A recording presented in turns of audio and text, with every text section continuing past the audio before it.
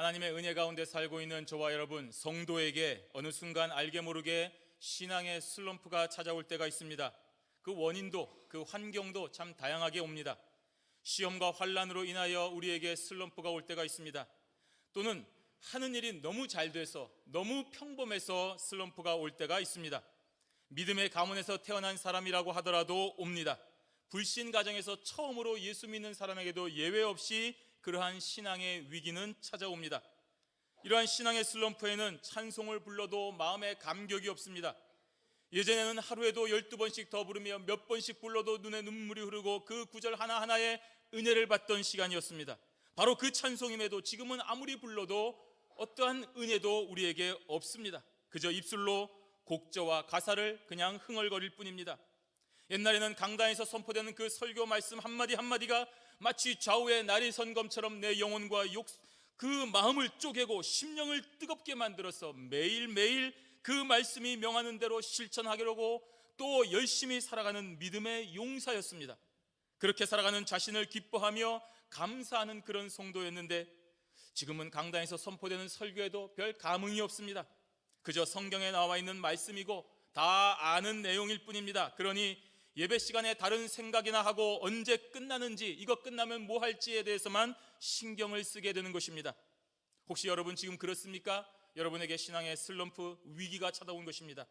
오늘 본문은 이렇게 신앙의 슬럼프에 빠진 성도에게 그 상태에서 빨리 극복하는 방법을 제시함으로써 시작하고 있습니다.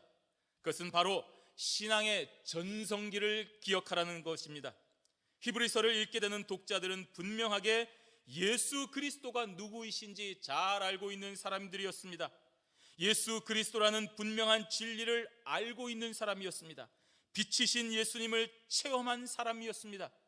그 어떠한 고난과 어려움이 있다고 하더라도 인내하며 신앙의 절개를 지킨 사람들이었습니다. 그런데 어느 순간 자신도 인식하지 못하던 때에 그 굳건한 신앙에 약해지고 흔들리는 위기가 찾아온 것입니다. 신앙의 슬럼프가 온 것입니다. 바로 그때의 성도는 자신이 지나왔던 신앙이 전성기를 생각하며 본래의 모습으로 돌아가야 한다고 오늘 히브리서 기자는 말하고 있는 것입니다. 전성기의 위대한 열정을 회복하여 이제는 더 이상 뒤로 물러나 침륜에 빠지지 말라는 얘기입니다. 제발 좀 뒤로 물러가서 멸망에 빠지지 말라는 말입니다. 어떤 어려움과 아픔이 우리 앞에 가로막혀 있다 하더라도 뒤로 물러가거나 앞에서 굴복하지 말고 오로지 앞으로만 전진하여서 많은 사람들에게 나는 바로 구원에 이르는 믿음을 가진 의인이라는 사실을 모든 사람들에게 좀 보여주라는 말입니다. 어떻게 하면 되겠습니까? 이렇게 영혼을 구원함에 이르는 믿음을 소유한 자는 반드시 이 세상이 아닌 더 나은 본향을 생각함으로써 나에게 있는 모든 것을 다 주를 위하여 사용하는 것입니다. 우리 32절 말씀을 한번 보겠습니다. 본문 32절 함께 읽습니다. 전날에 너희가 빛을 받은 후에 고난의 큰 싸움에 참은 것을 생각하라. 아멘. 여기서 이 말하는 전날이라고 하는 말, 전날에라고 하는 말은 막연히 과거의 어느 한 시점을 말하는 것이 아니라 처음으로 우리의 인생에 예수 그리스도를 만나고 믿었던 그 신앙의 출발점을 말하는 것입니다. 이어지는 빛을 받은이라는 구절이 그것을 분명하게 다시 한번 확인해주고 있습니다. 하나님의 영광 혹은 그리스도의 진리가 우리에게 비추어진다는 말입니다. 따라서 하나님의 섭리 가운데 우리로 하여금 예수를 믿고 구원에 이르는 이 놀라운 진리가 믿어졌던 바로 그날 이후에 있었던 일들을 기억하고 또 생각해 보라는 말입니다. 그날 이후에 일어난 일은 우리 인생의 분명한 이정표가 되지 않습니까? 먼저 고난의 큰 싸움에 참은 것을 생각하라고 했습니다. 이 말은 우리에게 두 가지를 분명하게 상기시켜주고 있습니다. 그것은 바로 고난과 인내입니다. 예수 그리스도를 만나고 교인이 된 사람은 필연적으로 고난을 받았다는 말입니다. 지금도 그렇지만 당시에도 예수 믿고 신자가 되는 것, 세례를 받는 것은 엄청난 고난을 동반하는 것입니다. 특히 유대인으로서 회심하여 세례를 받게 되면 동포인 유대인들로부터 극심한 핍박을 받는 것입니다. 우리가 생각하는 것 그 이상 상상을 초월하는 박해가 찾아옵니다. 생계가 걸린 직장을 잃어버립니다. 친구는 사라집니다. 사랑하는 가족들에게까지 따돌림을 당합니다. 이처럼 유대인으로서 예수 그리스도를 인정하고 기독교인으로 개종한다는 것은 자신이 지금까지 누리고 인정받았던 모든 것을 포기하는 것이며 곧 이어 나에게 닥칠 수많은 고난과 핍박도 함께 겸하여 받는 것을 말하는 것입니다. 그런데 이러한 고난을 알면서도 전진하는 것입니다. 그것은 바로 나에게 찾아오신 예수 그리스도 그분 때문인 것입니다. 그분이 진리이며 구원의 유일한 길임을 알게 되었기 때문입니다. 부정할 수 없기 때문입니다. 예수 그리스도를 따르는 길에 어떤 고난과 어려움이 닥친다 하더라도 결코 포기할 수 없는 것입니다. 바로 그 길만이 영원한 본향에 이르는 유일한 길임을 알기 때문에 이 세상에서 잠시 받는 고난에도 그 길을 외면할 수가 없는 것입니다. 그래서 인내하는 것입니다. 또 참았다고 했습니다.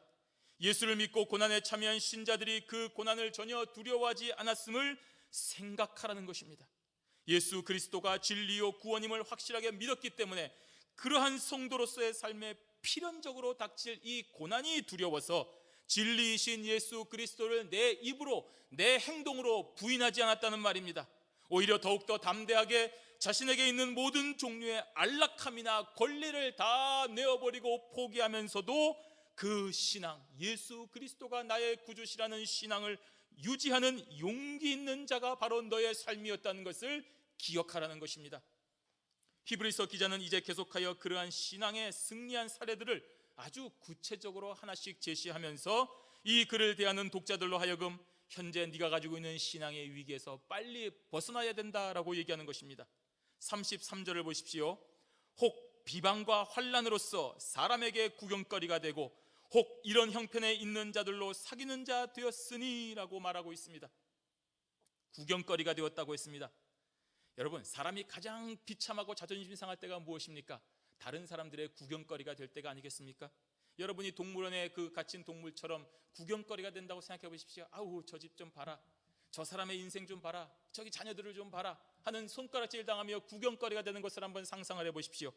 여러분, 자존심에 심각한 손상이 올 것입니다. 오늘 본문에서 제시된 구경거리는 수많은 사람들이 보는 공개된 장소에서 제한된 시간이 아니라 죽는 그날까지 계속되는 시간 동안 구경거리가 되었다는 말입니다.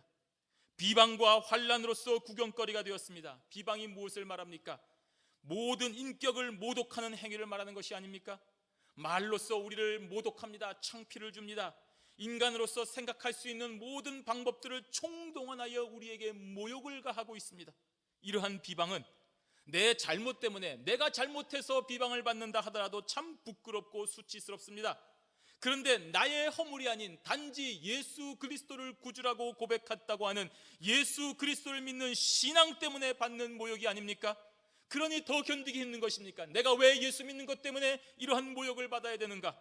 내가 뭐 때문에 이러한 대접을 받아야 되는가? 라고 생각이 됩니다. 힘듭니다.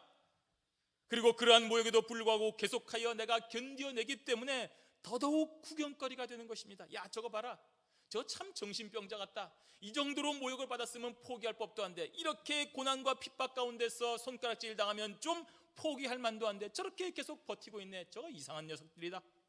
그래서 더 구경거리가 됩니다. 불신자들의 눈에는 너무나도 미련스럽고 이상하게 보이는 모습들입니다. 이렇게 비방받는 것이 정신적인 괴로움이라고 한다면 이어지는 환난은 육체적인 괴로움을 말합니다. 여기서 사용된 이 환난이라는 단어는 기름을 얻기 위해서 우리가 꽉 짜는 것을 말합니다. 곡물을 가루로 만들기 위해서 맷돌에서 찢는 것을 만들 때 사용하는 단어입니다. 그만큼 저와 여러분의 육체에 극심한 환난이 동반되는 것입니다.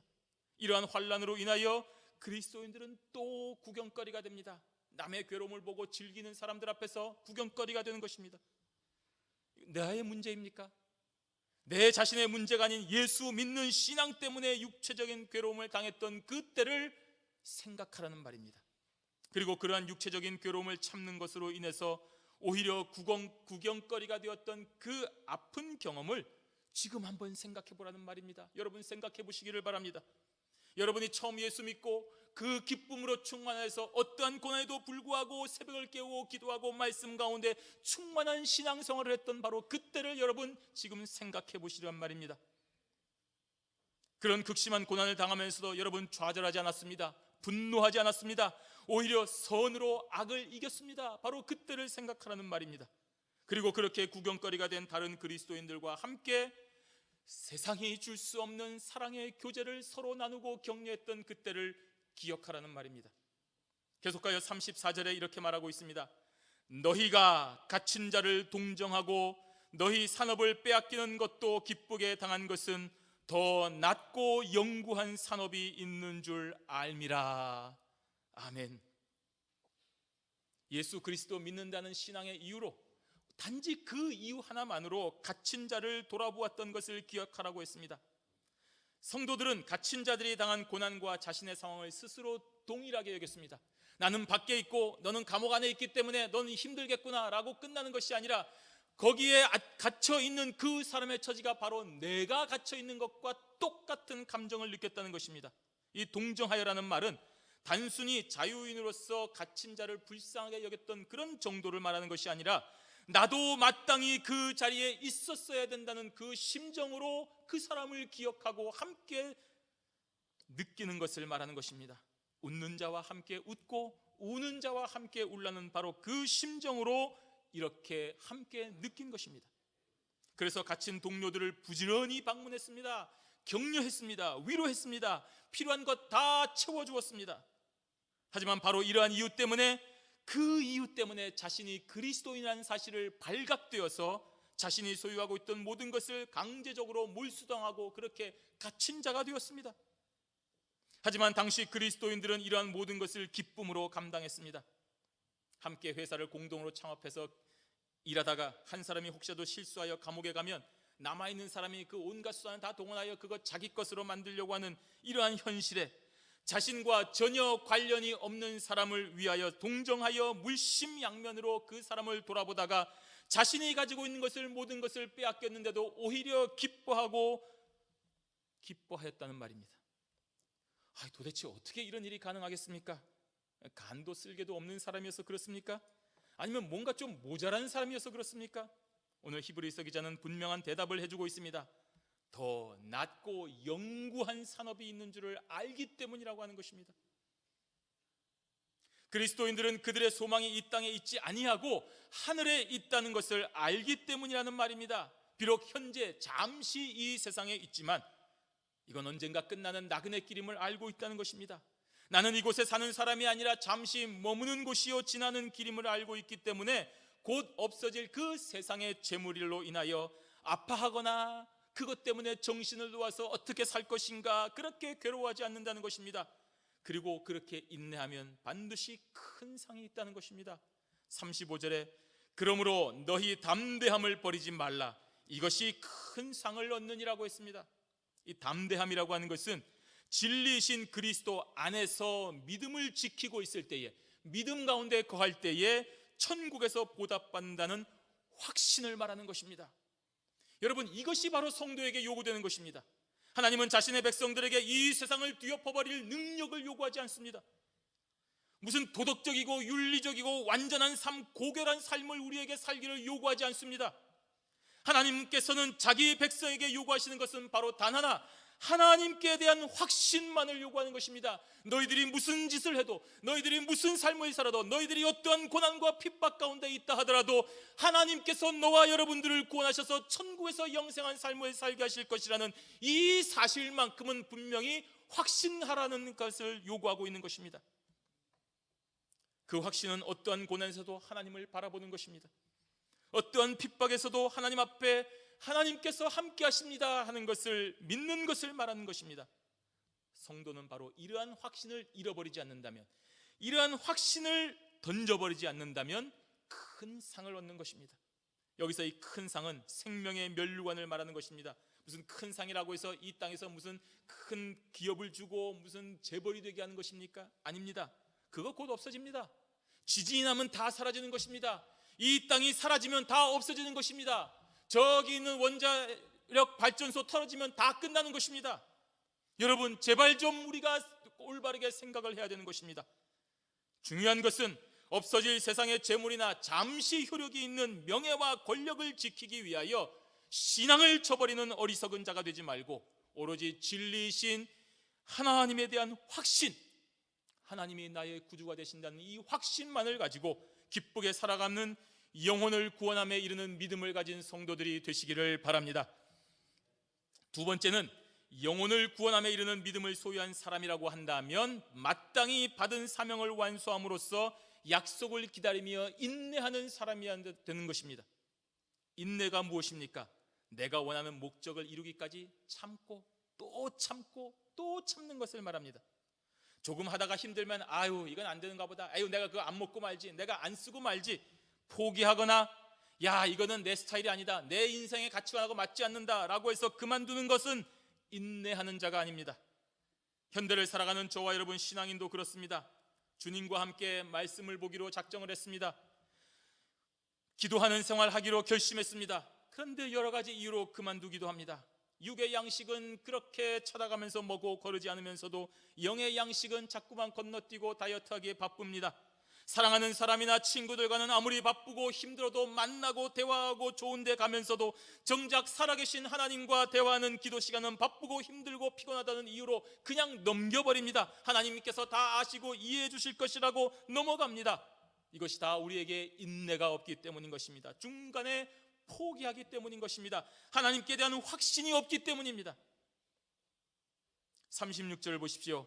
너희에게 인내가 필요함은 너희가 하나님의 뜻을 행한 후에 약속을 받기 위함이라고 분명히 말하고 있습니다.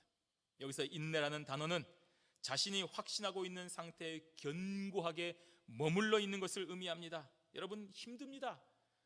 견딜 수 있기 때문에 인내라고 말하는 것은 아닙니다. 견디기 힘든 상황인 것 압니다.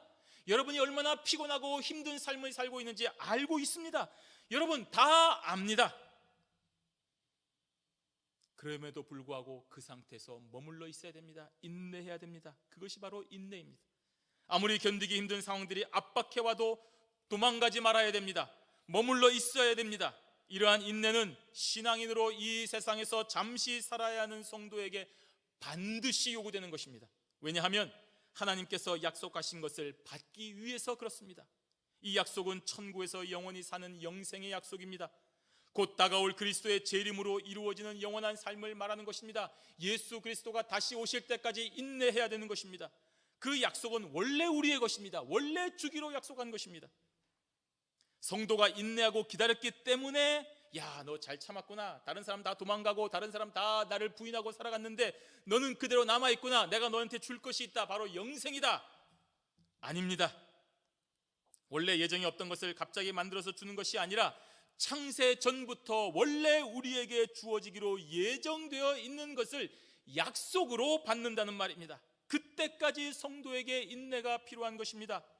그런데 이러한 인내는 하나님 편에서 주실 때까지 마냥 기다리는 인내가 아닙니다. 너희가 하나님의 뜻을 행한 후에라고 하는 말을 우리가 주목해야 됩니다. 이는 우리가 이 땅에서 인내하는 동안에 마땅히 해야 될 일이 있다는 것입니다.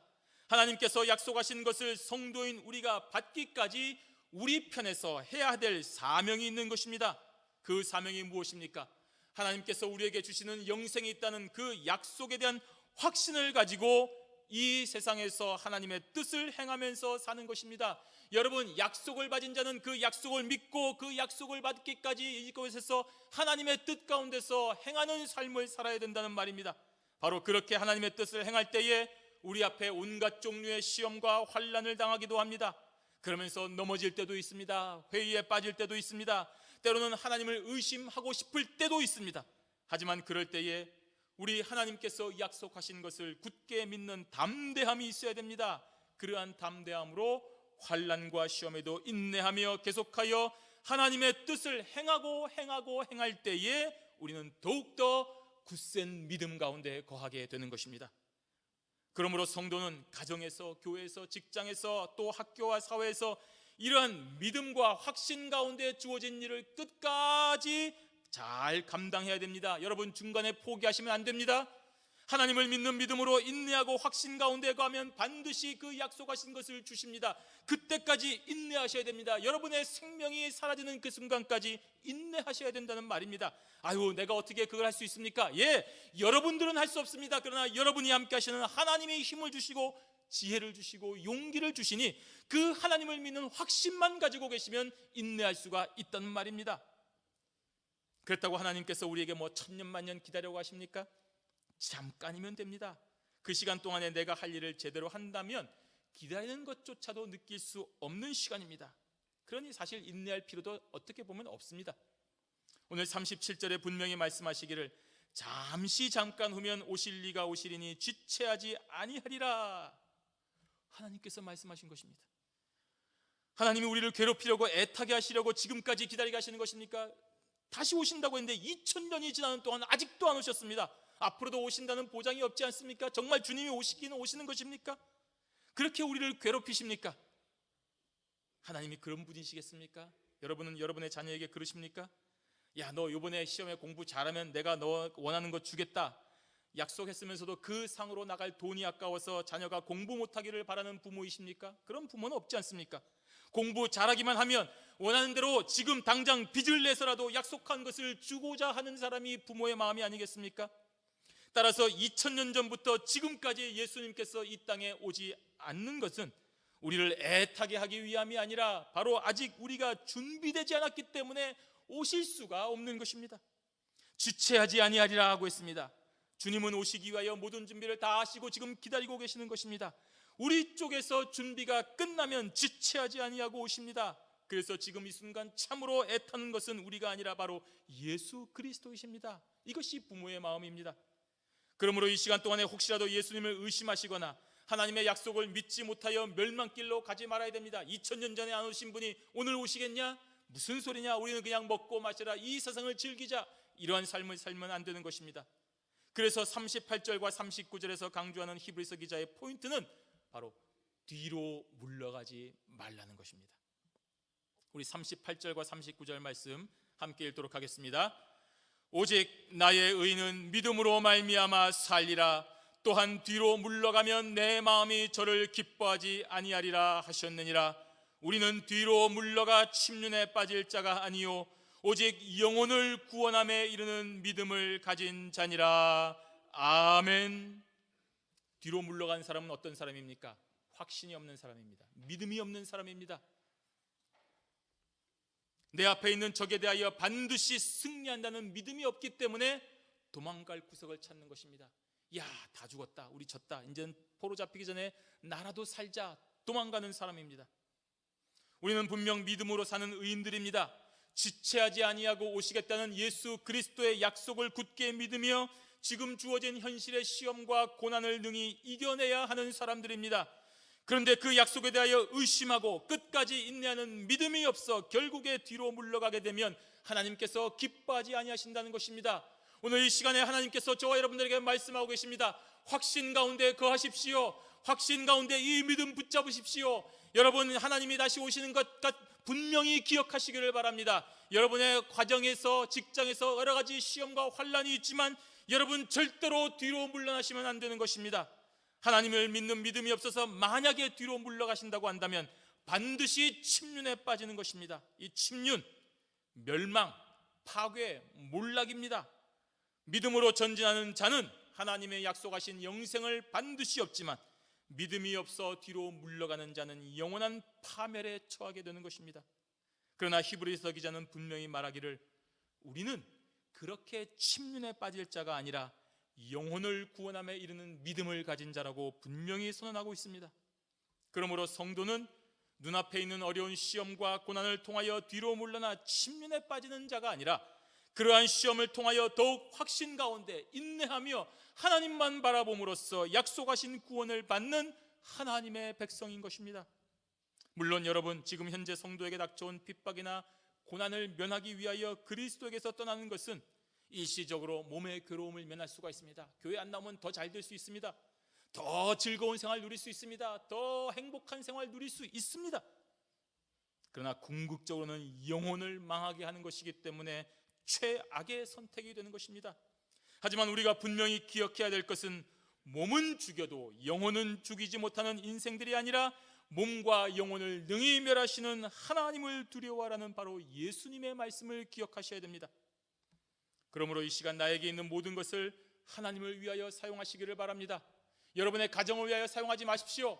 여러분의 삶을 위하여 사용하지 마십시오. 그것이 잠시는 즐거울 수 있고 이것이 제대로 된 삶인가 생각을 할 수가 있습니다. 여러분의 자녀를 위해서도 좋은 것처럼 보일 수가 있습니다. 다 해주고 정말로 내가 부모된 자로서 떳떳하게 해주는 것처럼 보일 수도 있습니다. 그러나 여러분 분명히 기억하시길 바랍니다. 그것은 망하는 길입니다. 오늘 하나님께서는 확신 가운데 하나님을 믿는 믿음으로 거하라고 했습니다. 여러분 예수 그리스도와 그의 나라를 최우선에 두시고 어떠한 고난과 환난에서도 하나님께서 약속하신 이 자리를 지키십시오. 뒤로 물러가지 마십시오. 비록 거꾸러진다 하더라도 다시 일어날 힘을 하나님께서 주시는 것입니다. 그런데 만약 주어지는 그 핍박 때문에 뒤로 물러가신다면 저와 여러분의 삶은 영원히 멸망인 것입니다. 오늘 어떠한 환난과 어려움 속에서도 끝까지 인내하여 하나님의 뜻을 행하시는 삶이 되시기를 바랍니다. 바로 이러한 삶이 영생에 이르는 믿음을 소유한 성도들의 마땅한 삶입니다. 저와 여러분은 그 믿음 소유한 사람입니다. 그러니 인내하십시오. 담대하십시오. 하나님께서 저와 여러분들의 삶을 영생으로 인도하시는 확신, 요거 하나만 가지고 살아가시기를 바랍니다. 바로 이러한 복된 삶을 사시는 저와 여러분들이 되시기를 주님의 이름으로 축원합니다. 아멘.